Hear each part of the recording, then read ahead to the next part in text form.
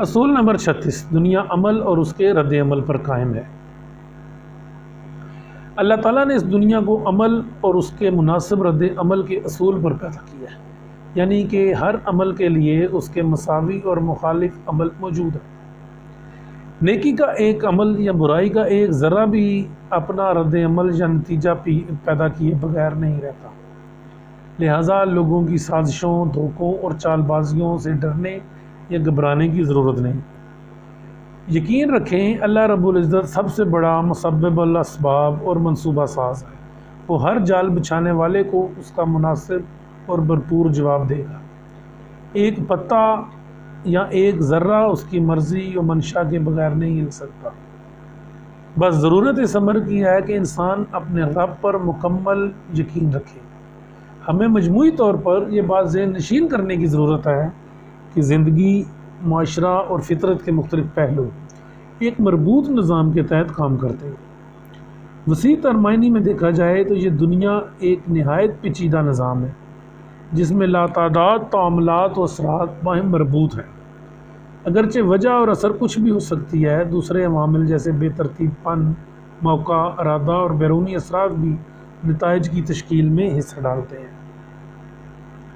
اگر روحانیت کے تناظر میں دیکھا جائے تو یہ عمل رد عمل کا اصول انسان کی جسمانی، جذباتی یا روحانی کیفیت کو قابو میں لاتے ہوئے اپنے خود پر اور اپنے اعمال پر بھروسہ رکھنے کی تعلیم دینے کے ساتھ ساتھ اس بات پر یقین رکھنے کی اہمیت پر بھی زور دیتا ہے کہ اس جہاں میں وہ اکیلا یا تنہا نہیں بلکہ ایک بلند و برتر ذات ہمہ وقت موجود ہے جو اس کے تمام اعمال کو جانچنے اور ان کا مناسب رد عمل دینے پر قادر ہے۔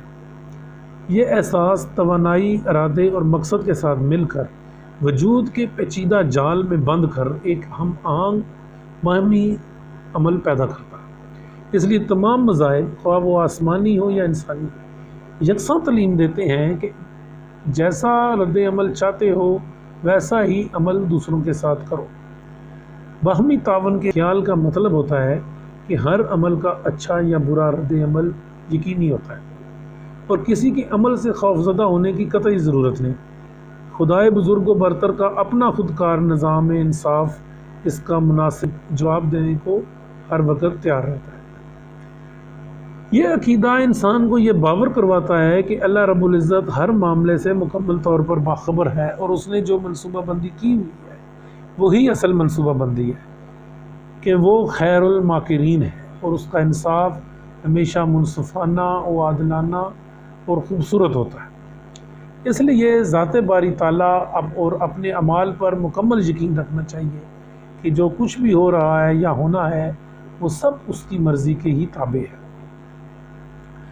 عمل رد عمل کا یہ اصول انسانی وجود کے تانے بانے کے اندر موجود توانائیوں اور قوتوں کے باہمی ربط و تعامل کا عکاس ہے۔ ہم جو خیال بھی سوچتے ہیں، جو عمل بھی کرتے ہیں اور جو ارادہ بھی رکھتے ہیں اس کی گونج چار دھانگے عالم میں گونجتی ہے۔ وہ ایک لہر کی طرح پوری دنیا کا چکر لگا کر واپس ہمارے پاس لوٹ آتا ہے۔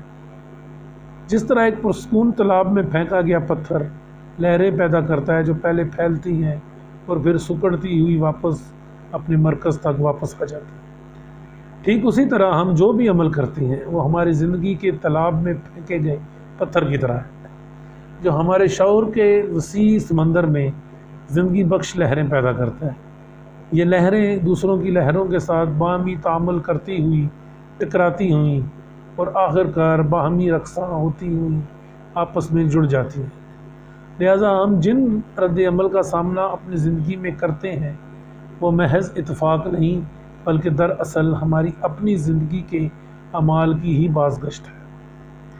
ہمیں اس حقیقت کا مکمل ادراک کرنے کی ضرورت ہے کہ ہمارے ارادے اور انتخاب ہماری آس پاس کی دنیا پر اثر انداز ہوتے ہیں اور ہماری زندگی پر گہرا اثر ڈالتے ہیں۔